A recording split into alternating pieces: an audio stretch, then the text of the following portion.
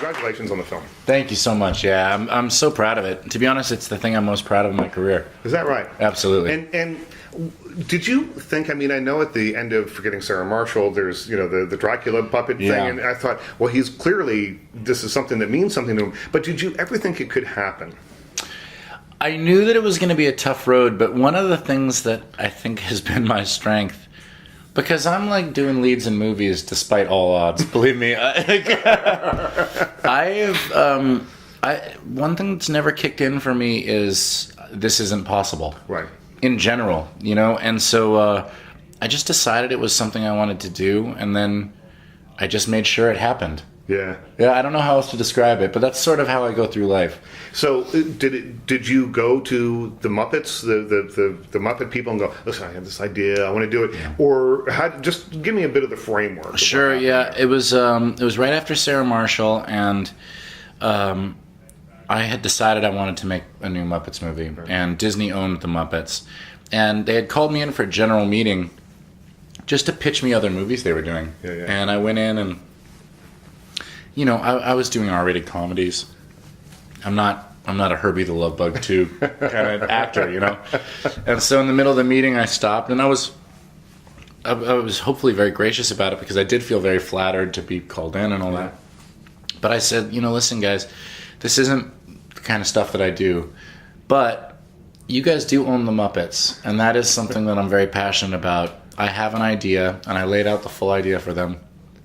I'd like to try to bring the Muppets back to the big screen. And they thought I was kind of joking at first. Right. And I said, no, I'm serious. This is something I care about. And next thing I knew, they'd signed the script deal. Right. So then it was off to the races in terms of writing, and then it took 4 years of writing before they agreed to a script. Is that right? Yeah. Well, see, the trick here, I guess, when you're writing something like this, is to find the balance between I don't even know how to describe it. The movie has this kind of zesty kind of, there's something that's really adorable about their performances, and they're kind of big and they're over the top. Absolutely. and it's self-referential. It talks about itself. Well, this is going to be a short movie if so there's the trick to finding that balance against, I guess, the story. So was that a lot of the massaging that needed to be done to it over those 4 years, or? Yeah, well, it's finding the right balance too between nostalgia, right, and reintroduction to a whole new generation. There was some of finding that balance. The tone of those jokes is laid out by the first 3 movies, though. Right. There's a scene in the original Muppet movie where they arrive at Electric Mayhem, who's playing in that rundown church, and Kermit is trying to explain to them what's happened so far, and it cuts to them all just reading the script of the movie.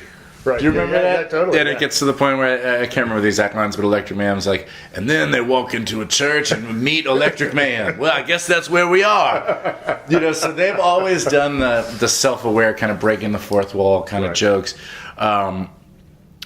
It was just about finding the right balance because you didn't want it to be a nostalgia fest. I think that while that would have been fun for half an hour, you don't want to base a whole movie on that. And you also, I think it's important not to assume that kids knew who the Muppets were.